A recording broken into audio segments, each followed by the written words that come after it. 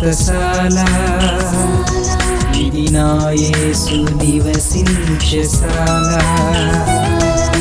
దేవునికి స్తోత్రములు కలుగును గాక, దేవునికి మహిమ కలుగును గాక. సర్వశక్తిమంతుడు అయినటువంటి దేవాతి దేవుడు మనలందరినీ ప్రేమించి ఆయన ఇచ్చినటువంటి శుభదినాన్ని బట్టి దేవదేవుని స్తుతిస్తూ ఉన్నాను. మీ అందరికీ శుభములు వందనములు తెలియజేస్తున్నాను ప్రియులారా. ఈ శుభదినాన ప్రతి ఉదయమున బెతెస్దా ఉదయకాల ప్రార్థన ఊటలు అనే కార్యక్రమం ద్వారా దేవుడు మనలందరినీ దర్శిస్తూ ఉన్నాడు. శ్రేష్టమైనటువంటి వాగ్దానములు అనుగ్రహిస్తూ ఉన్నాడు.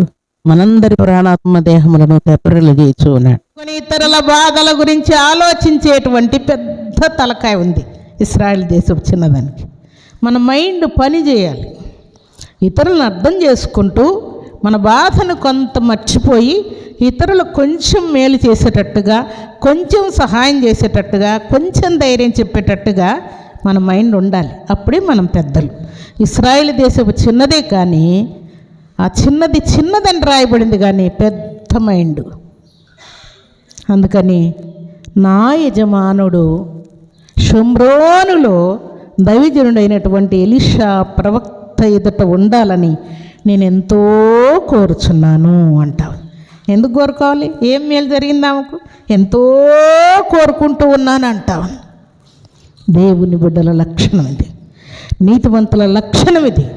అందుకు కాబట్టి ఆమె చెప్పగానే యజమానురాలు అనగా నయమాను భార్య కూడా అయస్కాంతం వలె ఆ మాటను గట్టిగా పట్టుకొని, అయ్యా అర్జెంటుగా నువ్వు షోమ్రోనుకు వెళ్ళాలి. ఎలీషా ప్రవక్త అని ఒక ఆయన ఉన్నాడంట. ఆయన ప్రార్థన చేస్తే నీకున్న కుష్ఠవేదంతా నయమవుతుందని. మన ఇంట్లో పని చేస్తుంది కదా పాప, ఇశ్రాయేల్ దేశం నుండి మనం బలవంతాన్ని పట్టుకొని వచ్చాం కదా, ఆ కుమార్తె చెప్తాను. కాబట్టి అర్జెంటుగా మీరు బయలుదేరి షోమ్రోనుకు వెళ్ళండి అని భార్య నయమాన్ని పంపించడం. ఏం జరిగింది చెప్పండి? ఎలాంటి దేహం అయింది ఆయనకు? పసిబిడ్డ దేహం వలె ఆయన శుద్ధుడు ఆయన అని వ్రాయబడింది. ఆయన కూడా ఏం చేశాడు? డైరెక్ట్గా ప్రవక్త చెప్పగానే దైవజనుడైనటువంటి ఎలీషా ప్రవక్త నోట నుండి ఏ మాట వస్తే దాన్ని దేవుడు నెరవేరుస్తాడు. కాబట్టి ఆ మాట తూచ తప్పకుండా వినాలని అనుకోకుండా, ఏంటి ఆయన ప్రార్థనా గదిలో నుండి బయటికి కూడా రావట్లేదు. నేను ఎవరు అనుకుంటున్నారు? నేను ఇక్కడ సిరియా దేశంలో ఉన్నటువంటి సైన్యమునకు అధిపతిని, సైన్యాధిపతిని. నేను మీ దేశానికి వస్తే బయటికి రాకుండా, నా తల మీద చేయబెట్టకుండా, నాకు ప్రార్థన చేయకుండా యొర్దాను నదిలో 7 మార్లు మునిగి వెళ్ళమంటాడా? అవసరం లేదు పరా. మన దేశంలో నదులు లేవా? మన ప్రాంతంలో నదులు లేవా? యొర్దాను కంటే శ్రేష్టమైన నదులు ఉన్నాయి, అవసరం లేదు పా అంటున్నాడు. పనివాడు అంటున్నాడు, అయ్యా ఇంత దూరం వచ్చాం కదా. ఆయన ఏం కష్టమైన మాట చెప్పాడు? యొర్దానులో 7 మార్లు మునగమన్నాడు, అంతే కదా, సులభమైన పనే కదా, పెద్ద కష్టమేముంది? ఇంకా ఏదైనా కష్టతరమైన పని చెప్తే చేసేవాళ్ళం కదా. యొర్దానులో మునుగడం ఎంత పని అయ్యా అని పనివాడు చెప్పేసరికి మరలా వెనక్కి వచ్చి 7 మార్లు మునిగి స్వస్థత పొంది శుద్ధుడై వెళ్ళిపోతూ ఎలీషా ప్రవక్త దగ్గరికి మరలా వచ్చాడు. అయ్యా ఏలినవాడా, నేను యజమాని దగ్గర ఉంటూ ఉన్నాను. ఆయన ఏదైనా నాకు చెప్పరాని పనులు చెప్తే నేను చేయవలసి ఉంటుంది. కొన్నిసార్లు ఆయన చెప్పినటువంటి దేవత దగ్గరికి కూడా, అనగా ఆయనకి ఏ దేవత ఉందో ఆ దేవత దగ్గర కూడా నేను సైన్యాధిపతిని కాబట్టి వెళ్ళాల్సి వస్తుంది. ఈ విషయంలో యెహోవా దేవుడు నన్ను మన్నించునుగాక. అనగా ఇప్పుడు మాత్రం నేను యెహోవాయే దేవుడని నమ్ముతున్నాను. నా శరీరం అంతా చూసుకుంటే నాకు ఆశ్చర్యం కలుగుతూ ఉన్నది. ఇంకా నేను ఎక్కడికి వెళ్ళను, ఏమి చేయను. రిమ్మోన్ అనేటువంటి గుడికి కూడా వెళ్ళను.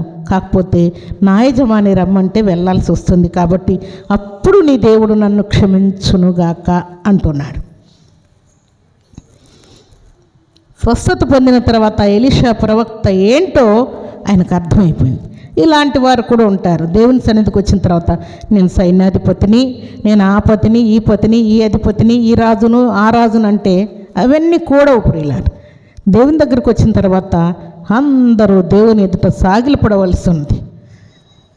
అలాగున నయమాన స్వస్థచిత్తుడై దేవుణ్ణి ఎరిగి ఇంటికి వెళ్ళిన తర్వాత ఆయన ద్వారా ఎవరైనా దేవునిగా తెలుసుకొని ఉంటారా లేదా చెప్పండి?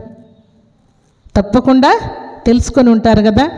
దేవుని సన్నిధిలో చేరిన మనము నీతి మార్గంలో నడుచుకుంటూ ఉంటే అనేకులను స్వస్థత వైపు, రక్షణ వైపు, దేవుని మార్గం వైపు మళ్ళించేటువంటి ఇశ్రాయేలు దేశపు చిన్నదాని వలె మన ప్రవర్తన కూడా ఉండాలని దేవుడు ఆశపడుతూ ఉన్నాడు.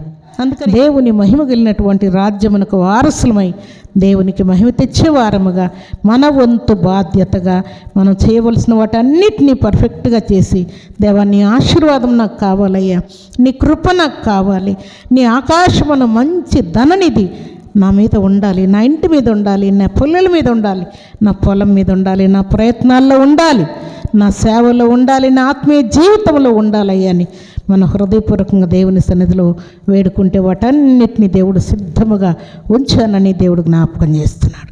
కాబట్టి దేవుని సన్నిధిలో చేరిన మనం అందరం కూడా దేవుడిచ్చిన ప్రతి వాగ్దానాన్ని పొందుకొని దేవునికి మహిమ తెచ్చే వారముగా మనం ఉండాలని దేవుడు ఆజ్ఞాపిస్తున్నాడు. అలాంటి కృపా భాగ్యం సర్వశక్తిమంతుడైనటువంటి దేవాతి దేవుడు సర్వసమృద్ధిగా మనందరికీ అనుగ్రహించి ఆశీర్వదించునుగాక. ఆమేన్.